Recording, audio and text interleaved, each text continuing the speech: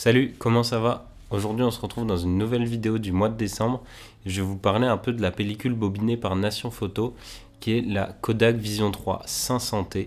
C'est une pellicule à ISO 500 adaptée à la lumière tungstène, d'où le T de 500T qui veut dire tungstène. Elle se distingue des pellicules 35 mm classiques par sa couche de remjet située juste à l'arrière du film qui permet notamment d'éviter les halos de lumière sur la pellicule. Et si elle s'appelle Vision 3 500T, c'est parce que c'est pas la première pellicule cinéma Vision 500T de Kodak. En effet, en 1996, Kodak avait déjà sorti sa première Kodak Vision 500T qui a été remplacée par la Kodak Vision 2 500T en 2002 et depuis 2007, on a la Kodak Vision 3 500T qu'on connaît aujourd'hui et qui est bobinée dans ce film juste là. C'est une pellicule plutôt adaptée à la nuit, de par sa balance des blancs et son ISO. En fait, ça correspondrait à la version originale d'une Cinestill 800T par exemple, ou la pellicule que je vous présenterai demain, la Double Film Cinema 800.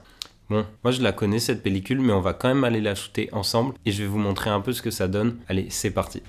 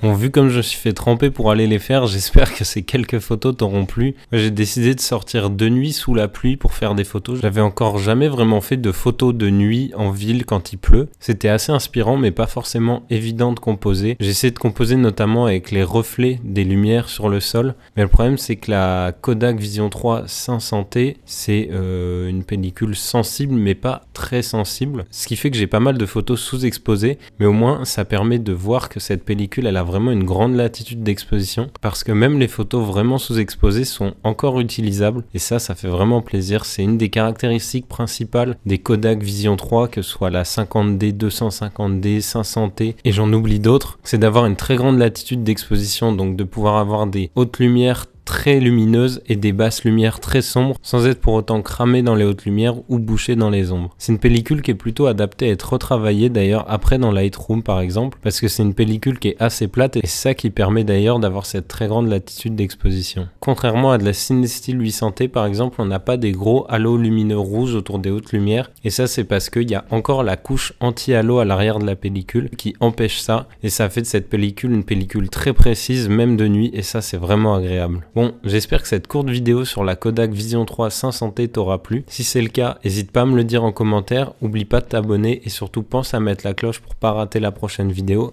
Nous on se retrouve demain dans une nouvelle vidéo. Allez, à plus.